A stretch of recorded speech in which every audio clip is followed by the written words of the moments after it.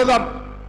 సూటిగా సవాలు విసురుతున్న కేసీఆర్, నువ్వు కట్టిన అద్భుతం ఏందో, ఈ అద్భుతం తెలంగాణకు ఏ రకంగా ఉపయోగపడుతుందో మేమందరం వస్తాం, ఆమె కూర్చుందాం, నిపుణులను పిలిపిద్దాం, మేధావులను పిలిపిద్దాం, తెలంగాణ సమాజాన్ని ఆహ్వానిద్దాం, అన్ని ప్రభుత్వమే ఏర్పాటు చేస్తుంది. నీకు దమ్ము, ధైర్యం, నీతి, నిజాయితీ, చిత్తశుద్ధి ఉంటే రా కాళేశ్వరం పోదాం. అడిగేటోడు నీవోడే, చూపించేటోడు నీవోడే. నీ సొల్లు పురాణం అంతా 4 గంటలు చెప్తున్నావు కదా. నువ్వు కట్టింది అద్భుతమైతే కాళేశ్వరం దగ్గరనే చర్చ పెడదాం రా. 1,00,000 కోట్లు ఖర్చు పెట్టి కట్టిన కాళేశ్వరం కూలింది, మేడిగడ్డ మేడి పండైంది, సుందిల్లో సున్నమైంది, అన్నారం ఆకాశంలో కలిసిపోయింది. ఇది ఆ సన్నాసి చేసిన గొప్ప పని. 10 ఏళ్ళు ఇస్తే గది కట్టిండ్రు.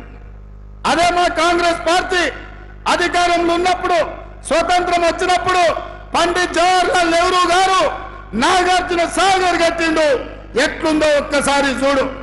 అదే మా పార్టీ అధికారంలో ఉన్నప్పుడు శ్రీశైలం కట్టినాం, శ్రీరామ్ సాగర్ కట్టినాం, కల్వకుర్తి కట్టినాం, భీమా కట్టినాం, నెట్టంపాడు కట్టినాం, జూరాల కట్టినాం, శ్రీహరి గారు మొదలుపెట్టిన దేవాదుల కట్టినాం.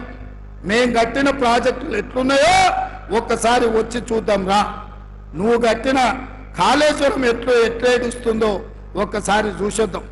అందుకే ఈరోజు ఇక సన్నాసి గురించి ఎంత చెప్పినా సచ్చిన పామే. సచ్చిన పావుని ఏం కొడతామా? ఇవాళ టీఆర్ఎస్కే నన్ను డిపాజిట్ వచ్చే పరిస్థితి ఉందా? కాబట్టి ఇవాళ టీఆర్ఎస్ కాదు, ఏనుగులను తినేటోడు పోయిందంటే పీనుగులను తినేటోడు వచ్చిండు అన్నట్టుగా మోడీ తయారైండు. వీళ్ళిద్దరు తోడు దొంగలే. వీళ్ళిద్దరు తోడు దొంగలు గూడు పుటాని తెలంగాణ మీద కుట్ర చేశారు. 10 ఏళ్ళు కేసీఆర్ ఎవరు గెలిచినా ఢిల్లీలో మోడీకే తాకట్టు పెట్టాడు. వీళ్ళిద్దరిని వేరువేరుగా చూడలేం.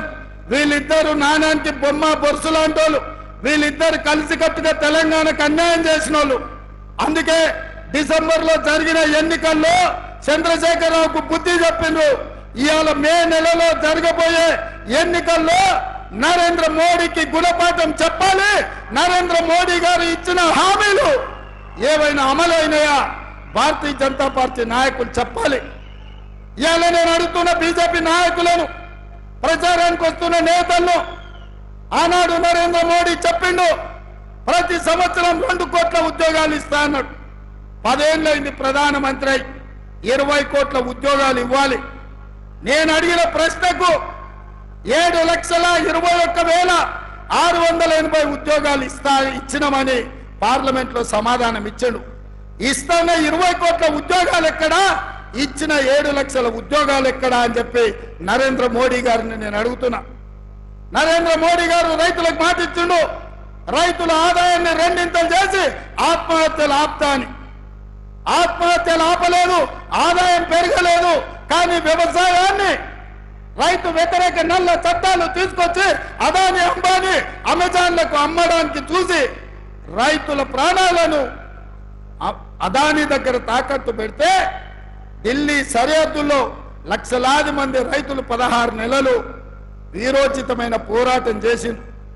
సరిహద్దుల్లో సైనికులు ఎట్లా కొట్లాడతారో ఢిల్లీ సరిహద్దుల్లో పంజాబ్, హర్యానా, ఉత్తరప్రదేశ్, మధ్యప్రదేశ్, రాజస్థాన్ ప్రాంతాల నుంచి వేలాది మంది రైతులు వచ్చి నరేంద్ర మోడీ మీద యుద్ధం ప్రకటించి రైతు వ్యతిరేక నల్ల చట్టాలు వెనక్కి తీసుకోవడమే కాదు, నరేంద్ర మోడీ మెడలు వంచి రైతాంగానికి క్షమాపణ చెప్పించిన చరిత్ర హర్యానా, పంజాబ్